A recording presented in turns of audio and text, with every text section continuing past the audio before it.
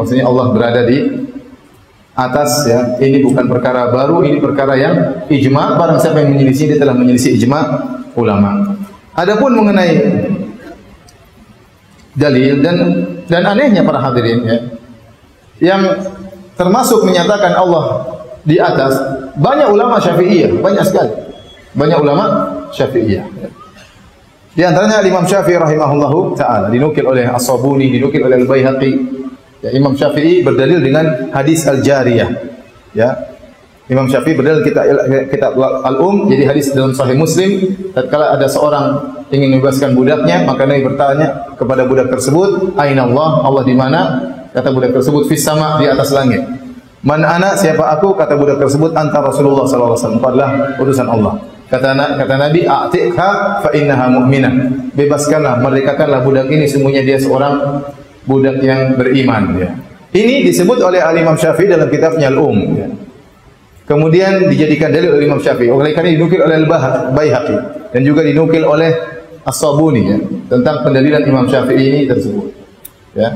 Di antaranya seperti pernyataannya Al-Muzani, murid langsung Al-Imam Syafi'i. Di awal kitabnya disebutkan Allah istiwa di atas arsy dengan zatnya. Ya. Makanya sekarang ini timbul fenomena orang-orang yang mereka berani mengatakan kami secara fikih Imam Syafi'i, tapi secara akidah Asy'ari. Dia tidak mengatakan kami fikihnya Syafi'i, akidahnya Syafi'i, tidak. Karena dia tahu bahwasanya Syafi'i tidak berakidah seperti mereka.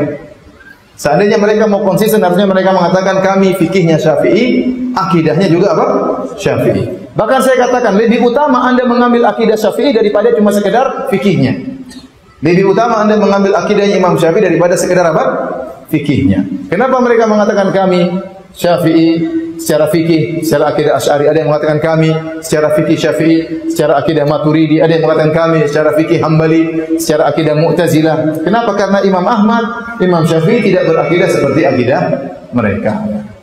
Ini isyarat bahwasanya mereka tidak ridho dengan akidahnya Imam Syafi'i. Kalau mereka mau belajar bukunya Al-Muzani, murid langsung Imam Syafi'i dalam kitabnya Syarh Sunnah Lil-Muzani, sejak awal pembukaan dari buku tersebut sudah dikatakan Allah dengan zatnya berada di atas arsy. Sehingga sudah membatilkan akidah mereka sejak awal. Namun mereka tidak pernah mengangkat ini. Mereka selalu menukil ulama Syafi'i belakangan. Berkata ini belakang semua. Misalnya Ibnu Hajar juga tidak menyepakati mereka seluruhnya, atau mereka berkata Nawawi. Ini semua mutaakhirin. Ini semua belakangan, abad ke-7, abad ke-8, abad ke-9. Kalau antum bicara abad ke-6 ke belakangan, ulama Syafi'iyah semuanya mengatakan Allah di atas. Masih berpegang teguh dengan akidah Imam Syafi'i. Tatkala muncul ilmu kalam, ilmu filsafat dipelajari oleh Al-Baqillani, kemudian ditularkan kepada yang lainnya, akhirnya banyak yang terpengaruh. Ar-Razi terpengaruh. Mulai abad ke-6 dan ke belakang mulai menyimpang atau berubah akidah mereka. Di antaranya mereka terpengaruh dengan akidah Mu'tazilah dan Jahmiyah, sehingga mereka mengingkari Allah di atas. Nah, kita berusaha ya mengikuti akidah Imam Syafi'i. Kiai Haji Idrus Rom, akidahnya Asy'ari, fikihnya Syafi'i. Begitu dulu tuan-tuan guru kita mengajarkan, akidah Asy'ari, fikih Syafi'i. Tapi sekarang ternyata digugat, fikihnya Syafi'i kok akidahnya lompat ke Asy'ari, fikihnya yang mesti Syafi'i juga. Gimana tuh Kiai? Assalamualaikum warahmatullahi wabarakatuh. Waalaikumsalam warahmatullahi wabarakatuh. Nervous. Sehat Kiai? Ya, alhamdulillah. Gimana kita menghadapi orang yang menggugat kita, akidahnya kok Asy'ari, mestinya akidahnya ya Syafi'i juga, gimana Kiai? Dalam masalah ini, Imam Asy'ari itu tidak membuat akidah untuk menyaingi Imam Syafi'i, sama sekali tidak. Juga tidak membuat akidah yang berbeda dengan akidahnya Imam Syafi'i. Imam Asy'ari dan Imam Al-Maturidi, kata para ulama, seperti disebutkan oleh Syed Murtadha Az-Zabidi dalam kitab Ithafus Sadah Al-Muttaqin, Syarah Ihya Ulumuddin, Imam Asy'ari dan Imam Maturidi itu tidak memunculkan pendapat baru, tidak membuat mazhab baru di dalam akidah.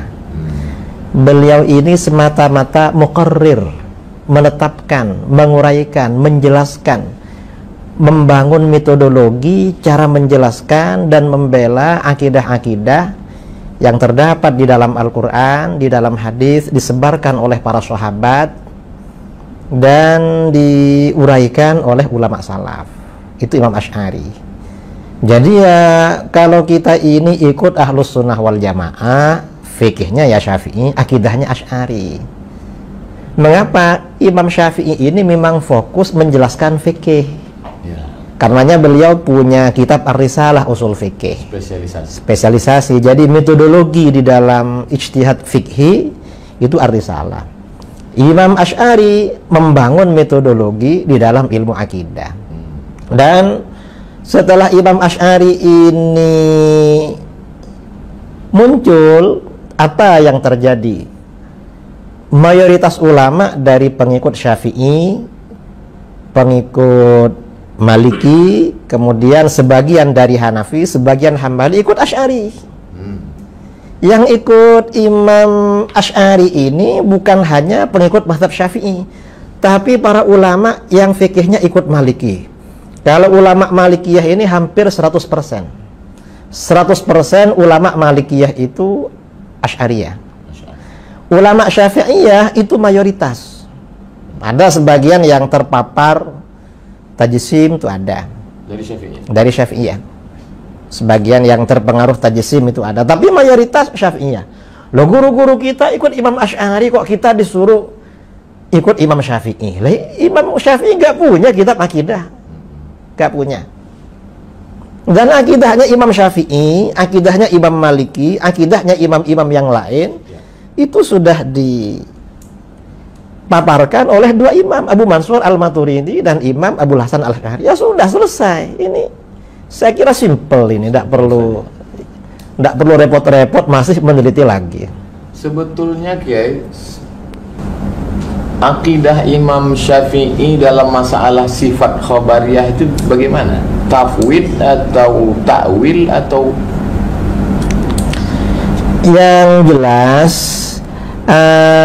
di kalangan ulama salaf ya, di dalam muamalah berinteraksi dengan nusus itu ada yang takwil, ya, ada yang tafwid. Jadi takwil itu bukan buatan Asy'ari.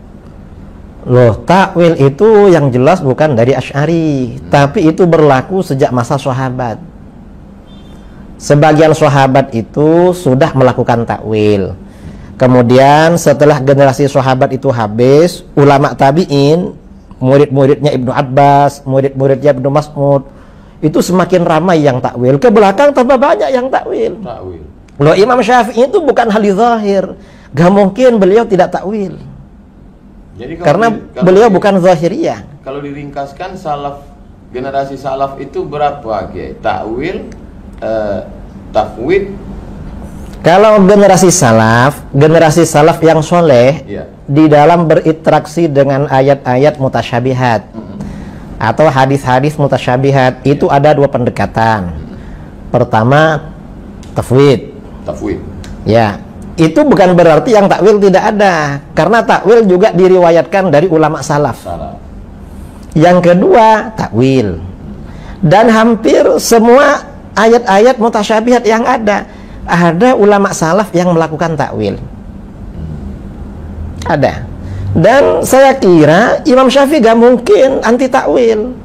Loh, beliau ini coba di fikih-fikihnya kan ditakwil terus. Ketika berijtihad fikih, beliau misalnya ya seperti ini hadis yang dipakai oleh mazhab Hambali, dipakai oleh mazhab Hambali dan diikuti oleh orang-orang Wahabi atau Salafi di Indonesia. Orang yang meninggalkan sholat kan kufur. Jadi bainal kufri wa baina, antara kufur ya dengan iman itu adalah meninggalkan sholat. Imam Syafi'i takwil bahwa orang yang meninggalkan sholat tidak kafir, kecuali kalau meninggalkan sholat itu karena ingkar pada kewajiban sholat, baru kafir. Itu ditakwil hadis-hadis. Imam Syafi'i ini banyak melakukan takwil. Seandainya beliau tidak melakukan takwil, tidak lahir fikih beliau. Hanya beliau memang tidak punya